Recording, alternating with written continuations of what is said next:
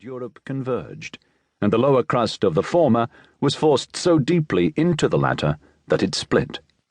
The dislodged lower crust grew heavier as a result of metamorphic conversion and continued to sink.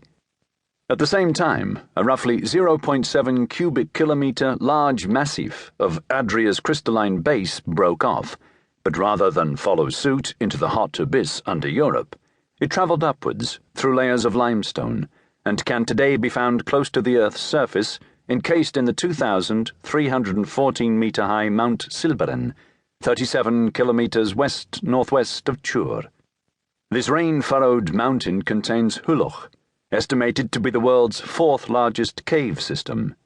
In a tunnel called Tauchstrecke, the water slowly washed away the surrounding limestone to reveal a corner of the aforementioned small massif.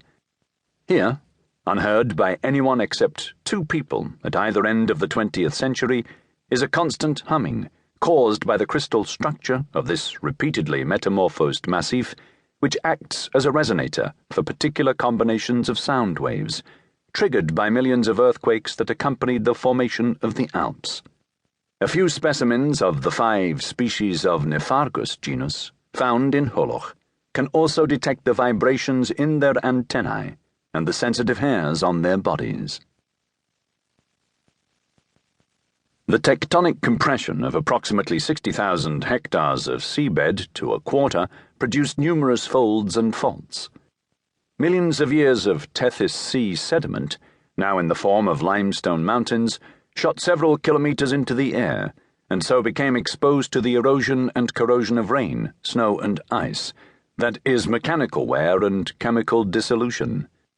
Approximately 1 million years ago, roughly 2 hours of the geological year, water started to form the Silberen system, the oldest part of the Muotta Valley caves, though officially it has yet to be declared a part of Hulloch, as by the year 2002, speleologists had yet to discover the passage which links the cave systems. Several dye tests, however, have shown that water has found a way through. Humans don't appear to have discovered the caves until 1875, when a gangly and grey-bearded mountain farmer called Alois Ulrich found the entrance to the geologically youngest section of the caves, known today as the Basic System.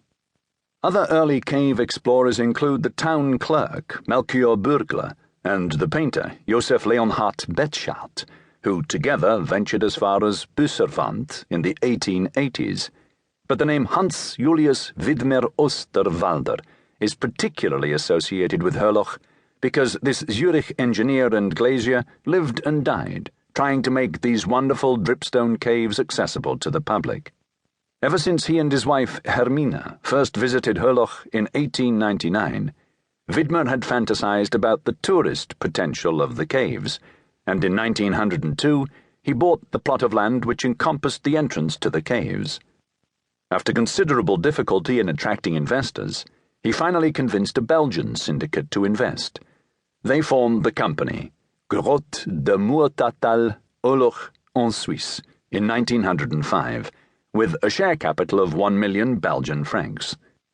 Soon afterwards, more than 100 workers and engineers started building walkways, enlarging bottlenecks with explosives, and installing electric lights in 1,006 meters of the caves. To divert the summer torrents of melted snow from the caves, they attempted to drill a tunnel in from the outside to give the Hulloch stream a direct outlet to the Schlichenden Brunnen River, but efforts were abandoned after 7 laborious and costly horizontal meters into the solid rock face. Instead, they constructed concrete walls inside the caves to contain the water.